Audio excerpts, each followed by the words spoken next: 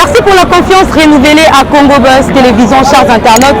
Bonjour et bienvenue à votre magazine Qu'en pensent les Quinois. Nous sommes dans la commune de Limete, commune vide présidentielle, pour avoir la réaction des Quinois trouvés ici présents par rapport à la désignation du chef de l'État, Félix Antoine Tshisekedi, à la tête de l'Union africaine. Quelles sont les attentes de la population par rapport à cette mesure? On en parle au cours de cette émission, suivez les commentaires. Mbote Ndeko. Mbote. Ndeko Tokiti à la commune de Limete pour échanger la population par rapport à la désignation et à chef de l'État à la tête de l'Union africaine. Néanmoins, et tout le monde a réaction les années par rapport à Néanmoins. Ah, merci beaucoup. Bandeko côté belé. Bomba bomba bomba. Mabe. Attaque ngai mwana mboka réaction na ngai ya liboso eza à partir de diplomatie na ye RDC et banagité na pays RDC et bani. Il y a deuxième fois a comme président Union africaine. Pour la biso eza esengo belé pour Mobutu sera Mobutu. Même tazwa kango ti lelo ezala quitté. Lelo tango ezongeli biso na RDC eza le kume belé tozaki na Kabila awa ya mandefu asali 18 awa eloko moko esalami te arate poste wana mais lelo Félix Antoine Tshisekedi Tshilombo aye kozwa poste wana abina surtout kelengo po ekutu te mais eye kaka yango moko eza makambo nzambe banda le 23 atiaki mpoka na priere nde nzambe azosala bikamwa na ye. Néanmoins, battre ta population est nini comme la président de la République ou comme la Bible Barassa à la tête il y a l'Union africaine et nous, la population est zozela. Bon, pour la biso population zozela, calme ezala en Afrique mobimba. Na RDC TK en Afrique, na monde à côté ça va nde nyongo nde nazo côté ça. Au monde Congo abeti 3 bords et tika osama na monde te. Première fois bakanga directeur cabinet makamombo correction na monde etika osama te. Deuxième fois majorité ezaki nga mususu e baluke koma nga mususu na monde etika osama te. Troisième fois premier ministre akwa na motion na parlement etika osama te, mais pouvoir oyo et travailler na Afrique du Sud, na France, na coalition. Mais bakamwe ndenge Félix a maîtrisé ngo pour États-Unis atiaki kutu armée pour aboma Kabila atika Félix arégner na pouvoir, mais Félix ayebisi etika ngai moko nakende nayebi rôle nini naosala na kati ya mboka nanga, mais asali bango surprise basutuki balobi te papa umela yango ozomona bato nyonso balobi na tete ya Union africaine balobi mutu oyo toyebi te biloko nia ye nango mpo awa na Congo na RDC alobi les peuples d'abord kuna na Afrique alobi les peuples africains d'abord kao ntango atangi na bituma este ekomi mukwata selemba we banyama nyonso bakoti nzela. Néanmoins, comment la présidente à la tête de l'Union africaine est à la dossier belé entre autres sécurité, même pour la biso tout ça à face na ben sécurité belé. Comment la présidente a combien la tête néanmoins, il faut tout espérer qu'il y a kokota na mboka na biso. Kimia et kota maman journaliste, kimia ezokota tina Afrique, tina monde. Pour au moins RDC, so ozi arme o ba soda batambola non pistolet. Talango na mubimba nango siko awa esala eloko moko boye esala nini eza nde ndenge babetaka lisasi ebima nde bafina. Donc RDC eza bassin, donc RDC so eza calme te na monde entier na Afrique eza calme te.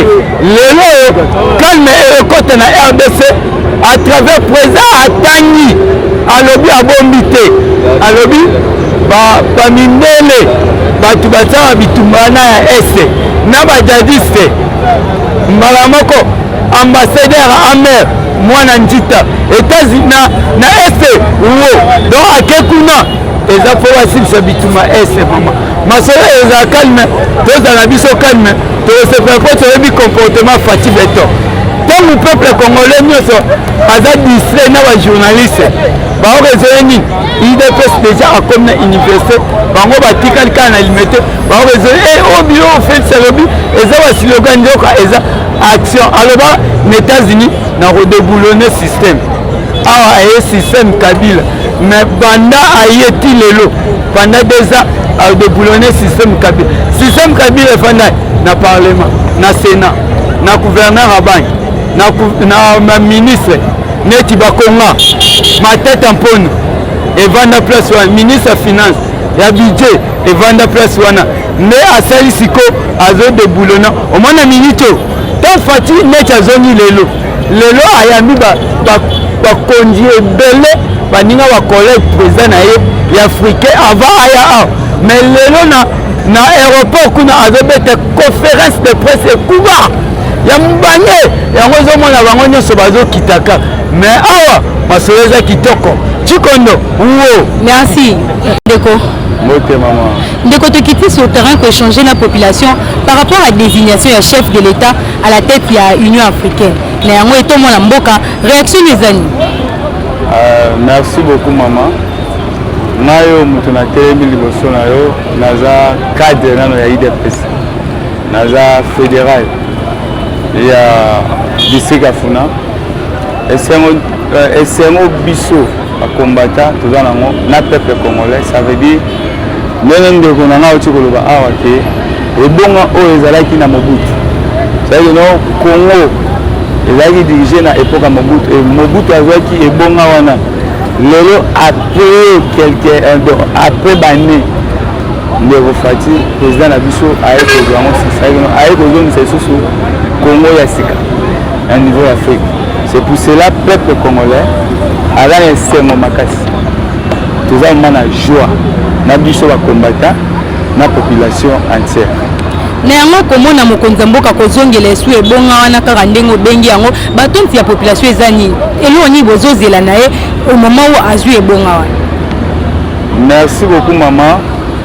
Eloko ya liboso il faut population peuple congolais yeba ke ndenge Congo ezalaki na ya lelo eza na différence makasi banti valeur esili elelo tozomona Congo ezozonga na rai yango moni lokola peuple congolais apesi confiance.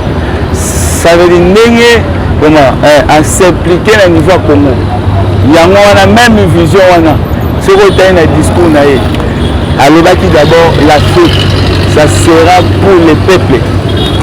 C'est une vision na ye le peuple d'abord et ba pays état que chef comment le quoi ya chef ya 50 état a quoi impliquer ba président nyonso africain wana qui va utiliser d'abord vision de la population. C'est un peu ça. Mais en RDC, tous la victime, il y a insécurité dans les pays voisins pendant des années. Est-ce que comment la présidente de la République, à la tête de l'Union africaine, Toki peut espérer que qui est au côté de Mboko? Pour la maman, Nalobi Nayo, oui, qui est au côté. Parce que c'est pour la guerre ici, là, mécanisme politique.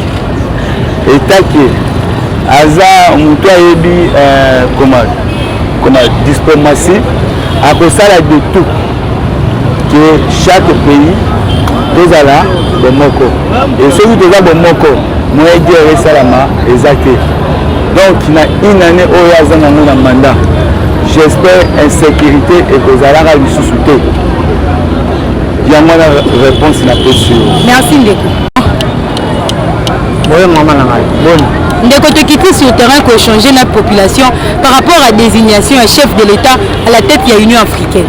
Et ton mon Mboka, réaction des amis par rapport à la nomination. Réaction de la que après 54 ans, Congo est juste sur le bon l'Union africaine.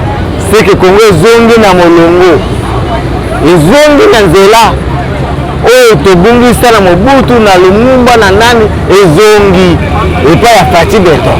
C'est ça. Néanmoins batonti ya population ezanini comme la président kozonga na mulongo kozonga na ebonga na ndengo zoloba.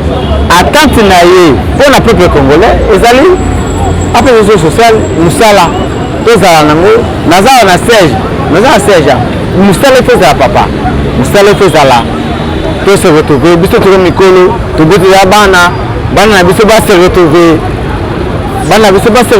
c'est ça.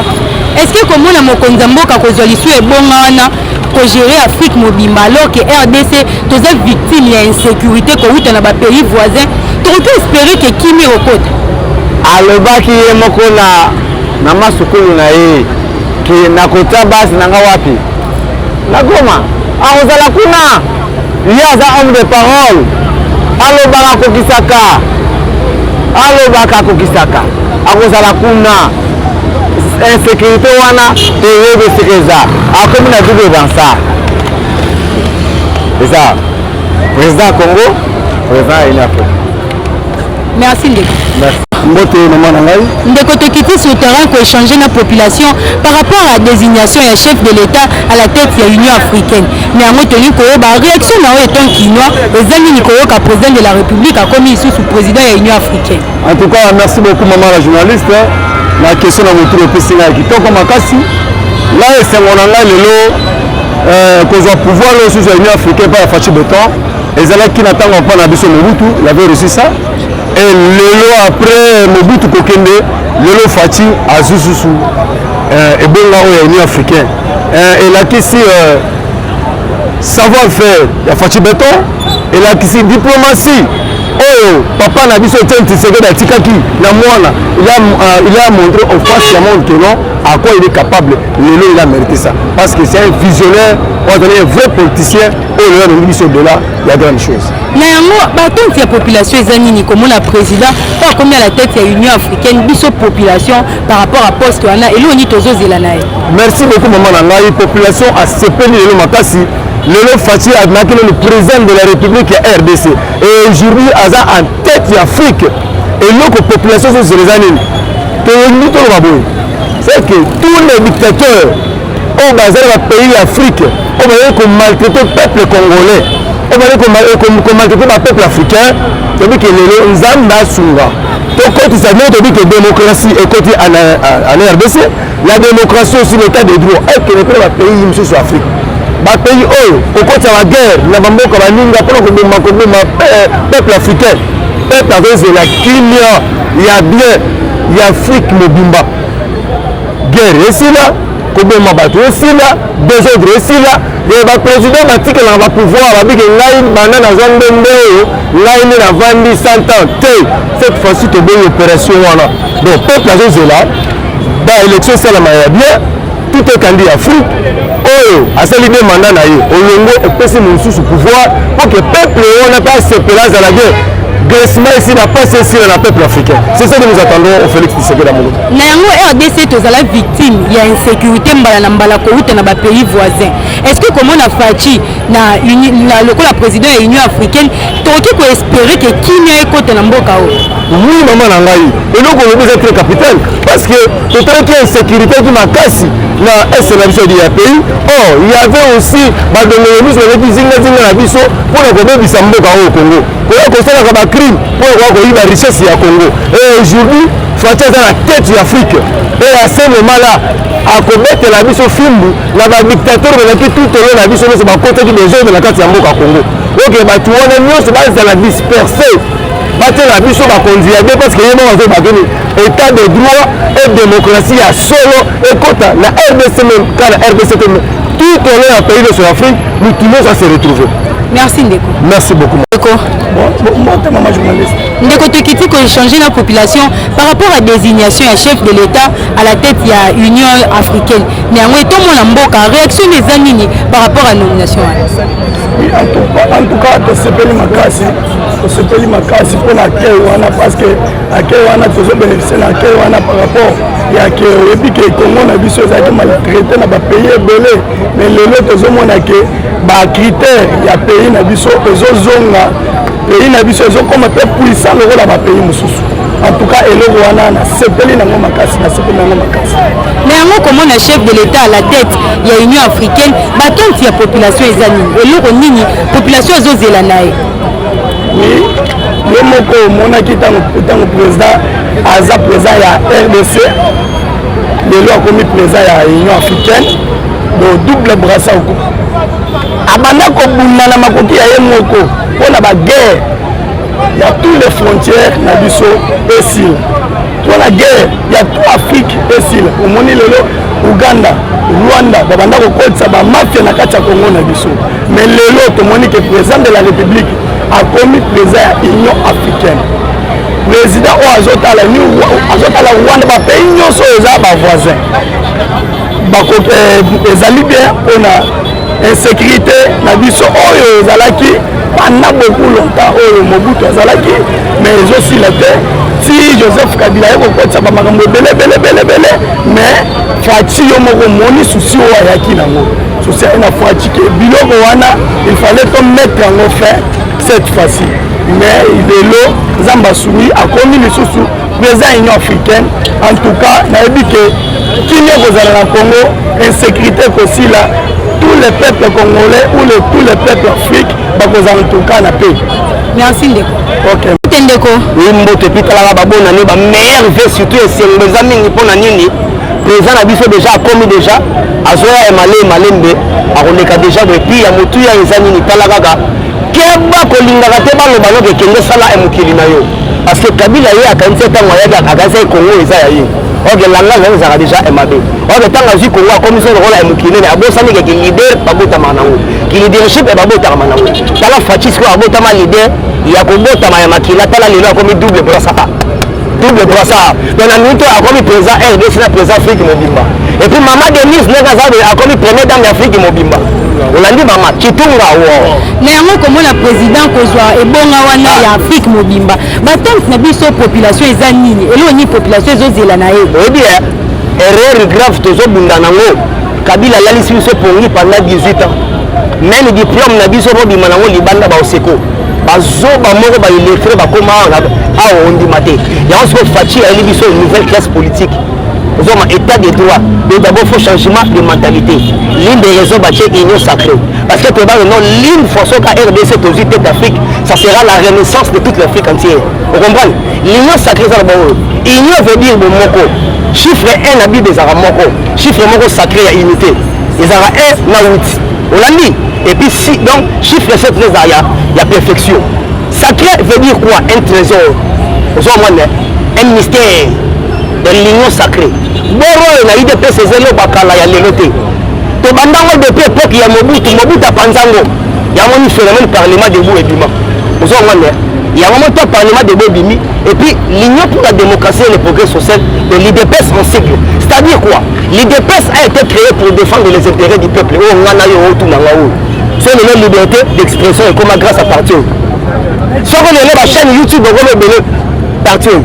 Si on est commis on obéit, on va payer grâce à partir. Donc Kimisa Mobutu, Kimisi Kabila, Kimisi Janine Mabunda, Kimisi Tambo Momba, Kimisi Lunga Ilukamba, donc Tozokombo la kaka.